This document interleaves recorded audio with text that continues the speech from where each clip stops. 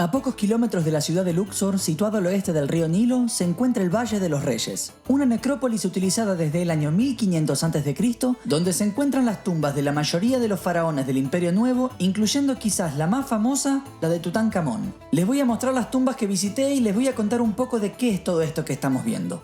Y quédate hasta el final que te muestro un templito más de bonus track, el templo de Hatshepsut. Bienvenidos al Valle de los Reyes.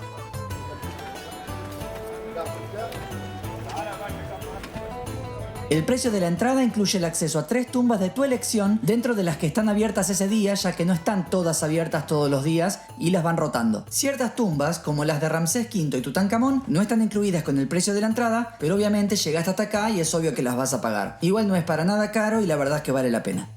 En el Valle de los Reyes se enterraron muchos de los faraones. Hay un total de 64 tumbas en todo este lugar y la mayoría se ven así las entradas. Es solamente la entrada, pero después por dentro son enormes. Antes de la creación del Valle de los Reyes, los faraones eran enterrados en las pirámides, pero con el tiempo los antiguos egipcios usaron el Valle de los Reyes como una alternativa para ocultar, para proteger mejor a los faraones de los saqueadores. El saqueo de tumbas era algo muy común por aquella época, por todas las riquezas con las que se enterraba a los faraones. Si te fijas, estamos acá rodeados de montaña porque es un valle. Estaban muy ocultos, no como una pirámide que es prominente y es más fácil de encontrar.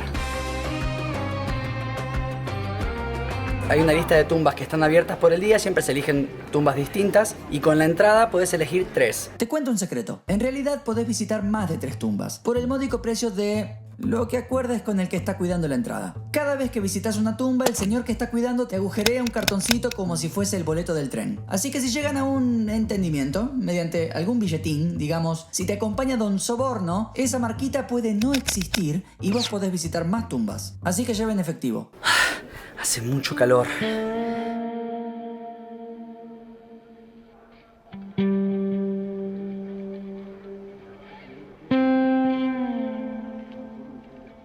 Vamos a entrar a la tumba de Amenhotep II.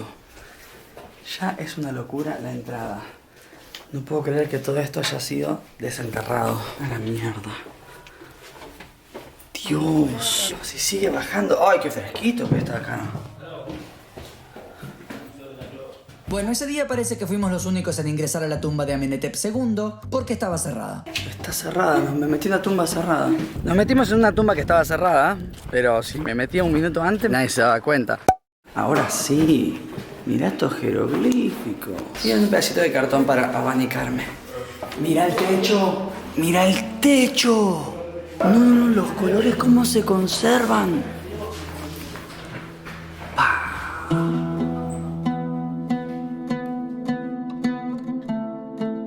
Dios, no puede ser esto. Y sigue bajando. El silencio que hay, por favor.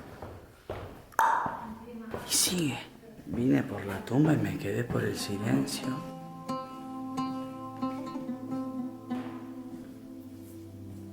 No.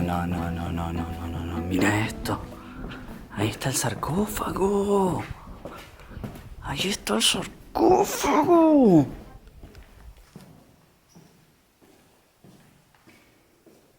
¿Qué hago solo acá? ¡Estoy solo! Esto estuvo así como 3000 años. Silencio. Escucho el tic-tac de mi reloj. Solamente pensar en la primera persona que abrió y se encontró con todo esto y encima repleto de joyas y tesoros, porque eso era lo que se encontraban, enterraban a los reyes con todas sus pertenencias. No puedo creer que literalmente estoy rodeando un sarcófago real, que no es de utilería, que estuvo enterrado durante milenios y ahora nos tocó estos momentos para nosotros dos solos. Me quedo sin palabras, en serio.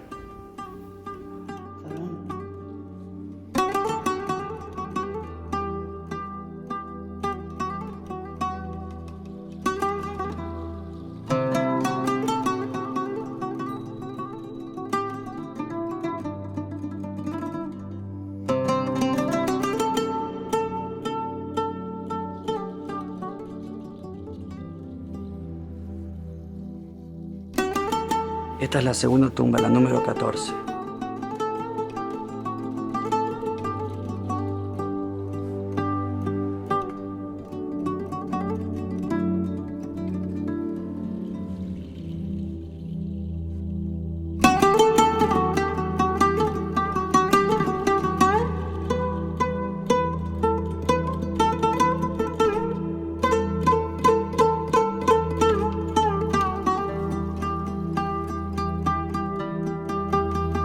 Esa es la tumba de Mereptah, la número 8. Estamos en la 8, en la tumba de Mereptah. Supongo que valdrá la pena. Es lo hondo que va. ¿Cómo hicieron escarbar todo esto?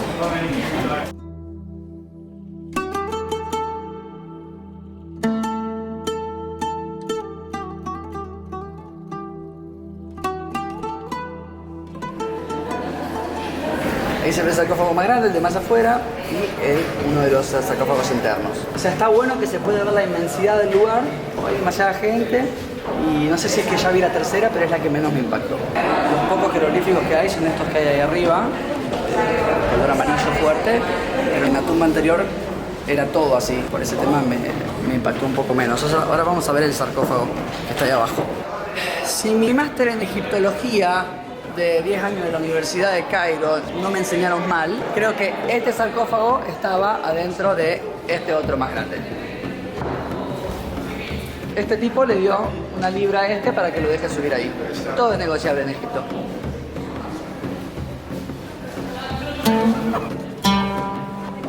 Y de todas las tumbas, esta sin duda fue la más calurosa, pero quizás tenga que ver con la cantidad de gente. Este es uno de los sarcófagos, el de la tumba 8. Y ahí se ve abajo y se ve que limpiaron así con la mano, no sé qué les costaba ver todo, pero podés ver ahí y ahí abajo. Ahora estamos abajo del sarcófago. En este lugar hay dos tumbas que son las más famosas de todas. Una es la de Ramsés II y la otra, la que todos alguna vez escuchamos, es la tumba del rey Tutankamón. El nombre de Tutankamón originalmente era Tutankatón, para rendirle culto al dios Atón. Pero después el rey Tut se alió con el clero de Amón y se cambió el nombre a Tutankamón. ¿Por qué todos hablamos del rey Tutankamón? ¿Quién carajo era Tutankamón? ¿Por qué era tan famoso? El rey Tut se murió a los 18, 19 años aproximadamente y la verdad es que no hizo nada relevante durante su mandato. Es justamente porque fue un faraón medio pelo que es tan famoso hoy en día. Al ser un faraón clase B, fue enterrado en una tumba clase B. De hecho, era una tumba ya hecha y se la adaptó para él cuando falleció. Se cambiaron las pinturas. O también puede haber sido porque murió joven y no habrán tenido tiempo de prepararlo. No lo sé. Pero es justamente por esto que estaba más apartada y por ende más oculta. Y los saqueadores de tumbas nunca la encontraron. Al no haber sido profanada, estaba prácticamente impoluta. Estaba intacta. Estaban todos sus tesoros. Y es exactamente por eso que es tan famoso su hallazgo. Para ese entonces ya era siglo XX y todo el mundo se enteró y Tutankamón se volvió el faraón más famoso de la cultura pop. Después de ahí surgió todo un auge de la egiptología y ahora de repente estamos todos muy interesados en la vida de ese pequeño príncipe. O rey.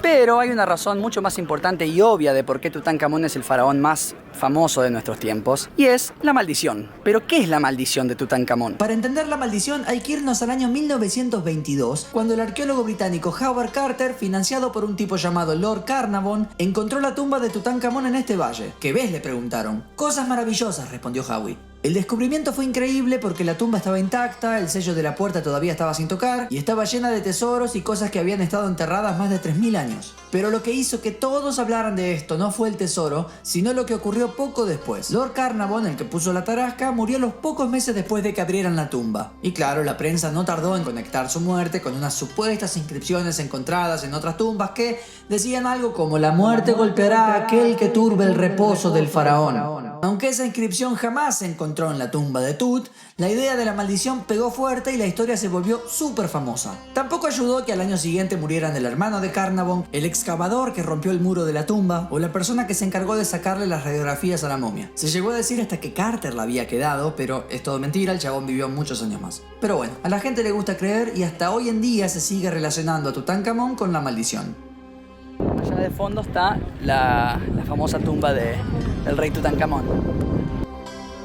Y por fin llegaba el momento que había esperado desde que vi mi primer documental sobre Egipto en un VHS, que creo que era este, cuando apenas era un crío al que la sola sonoridad del nombre Tutankamón le hacía estremecer la piel. Estamos entrando nada más y nada menos que la tumba de Tutankamón. Esa escena impresionante. Dime, ¿qué ves?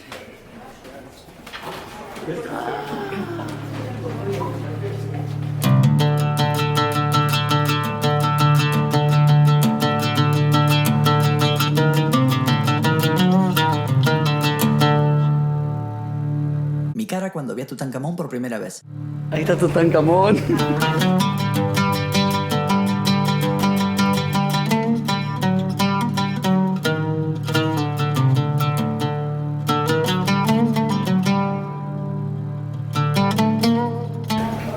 Acá está el mismísimo Tutankamón.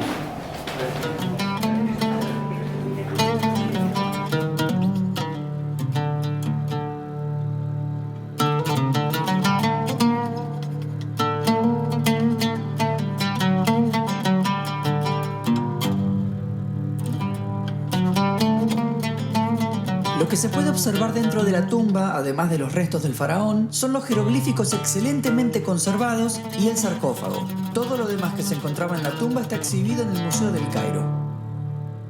Es esto nomás.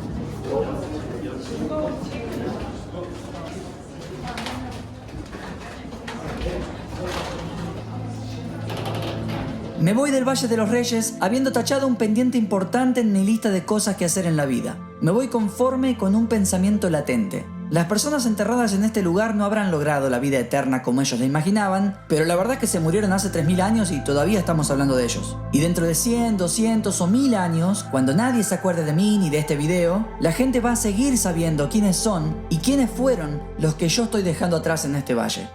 Creo que si hay algo parecido a la vida eterna, tiene que ser eso.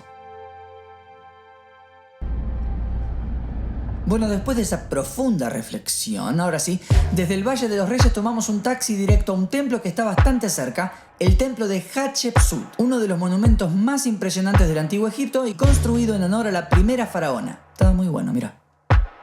Estamos llegando al templo de Hatshepsut, la primera faraona de la que se tiene conocimiento, la primera reina del Antiguo Egipto. El templo funerario de Hatshepsut, también conocido como Djeser Djeserú, es el más monumental de los construidos en el complejo de templos conocido como Deir el-Bahari y el único en su género en todo Egipto. Construido alrededor del siglo XV a.C., fue la forma en la que la reina Hatshepsut se encargó de elevar su imagen pública e inmortalizar su nombre. En lugar de construir una pirámide, se decidió incrustar el templo en la montaña, lo que lo vuelve algo totalmente único. Hatshepsut mandó a construir el templo al otro lado de la montaña que lo separa del Valle de los Reyes. Más allá de la magnífica arquitectura y diseño, los acantilados son por sí solos parte del encanto que este lugar ofrece.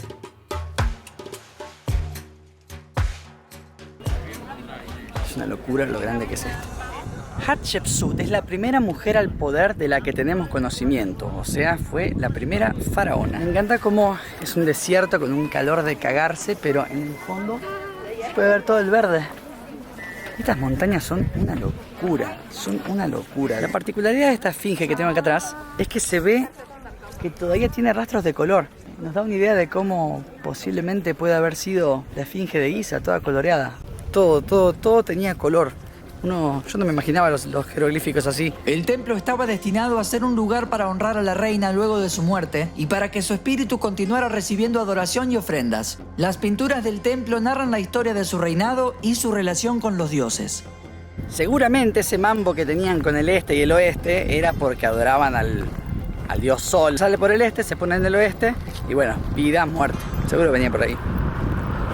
Si llegaste hasta acá y te gustó el video, dale me gusta y si dejas un comentario, me encanta. Me gusta leer comentarios. Además de que al hacerlo estás ayudando a que el video le llegue a muchísima más gente. Muchísimas gracias por ver y te espero en un próximo video.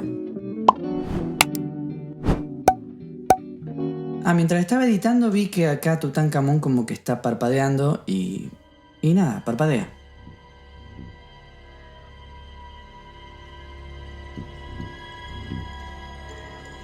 Sí,